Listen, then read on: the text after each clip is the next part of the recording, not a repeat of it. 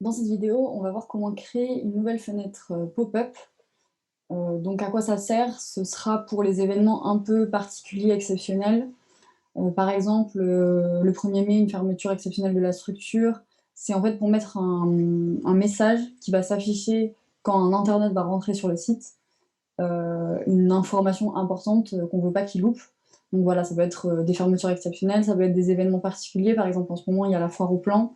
Donc c'est dire sur 3 jours, 3-4 jours, il y a cet événement au break. Voilà, donc c'est des infos vraiment très exceptionnelles, temporaires, pour avertir l'internaute de quelque chose en particulier. Donc pour les pop-up, donc c'est ici Pop-up Maker. Quand on clique sur tous les pop-up, on va voir les pop-up qui sont actifs, donc en vert, activés. Sachant que par exemple le 8 mai, donc ça se finit dans 2 jours, il ne faudra pas oublier de le désactiver, parce que sinon les gens le verront encore. Donc là, j'ai envie de créer un nouveau pop-up. Donc je vais aller là, créer un nouveau pop-up. On peut très bien aller ici, tous les pop-up, ajouter un nouveau pop-up. Donc on va ici. Donc on va dire pop-up test.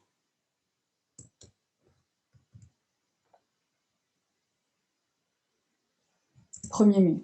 On va faire comme si c'était le 1er mai et qu'on informait qu'on était fermé. Fermeture exceptionnelle 1er mai. Donc là, on met voilà, le texte qu'on a envie de transmettre. Texte à transmettre. Ok. Donc là, pour l'instant, c'est un brouillon, il n'est pas publié. Les choses importantes à mettre en œuvre avant de publier, donc c'est ajouter un nouveau déclenchement. Il faut tout le temps sélectionner ouverture automatique. On ajoute.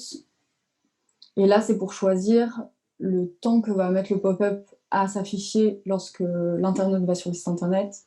Donc on va peut-être attendre un tout petit peu, c'est en millisecondes, on va mettre 2000. On ajoute. Et là, par défaut, ça met 1 mois. Donc c'est-à-dire que le pop-up, ça va s'afficher tous les mois, mais il va s'afficher qu'une fois par mois.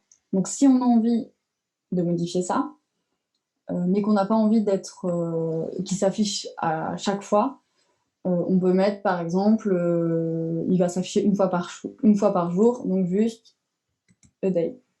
C'est en anglais, donc il faut mettre week, month, hours, minutes, tout ça. Donc là, on a un pop-up qui s'affiche automatiquement, mais qui va s'afficher qu'une fois par jour, pour pas être trop intrusif et invasif. Et après, il y a différents choix. Par exemple, l'apparence. Est-ce qu'on a envie que ça prenne toute la place? Est-ce qu'on a envie de mettre juste une petite bannière sur le côté ou en haut? Donc là, on va mettre un pop-up centré pour être sûr que les gens ne passent pas à côté. Et voilà, et après, par exemple, dans apparence, vous pouvez choisir différentes couleurs. Donc, on va sur personnaliser ce thème. On va d'abord publier notre pop-up.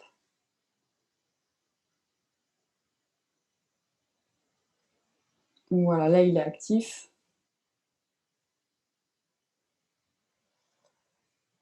Et donc, dans affichage, apparence, si je veux mettre un fond bleu, imaginons, c'est là qu'on va pouvoir le trouver. Donc, fond de page, pour l'instant, c'est blanc. On va mettre du bleu. Et mon contenant, hop, ça c'est pour choisir la couleur du titre. On va mettre en vert. Le contenu, pareil, on peut choisir une police différente, une couleur différente. On peut choisir la taille, tout ça. Donc c'est là qu'on va retrouver toutes les modifications. Donc normalement notre pop-up, il est censé être actif. Donc si on va sur le site internet de l'Entre deux Mondes,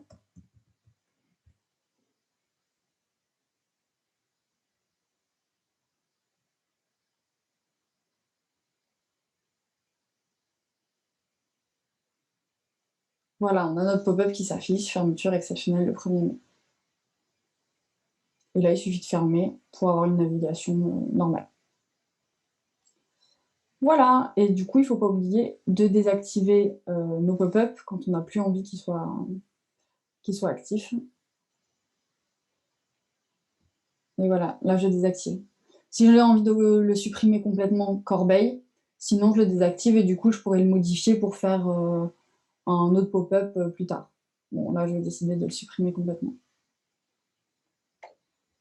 Voilà.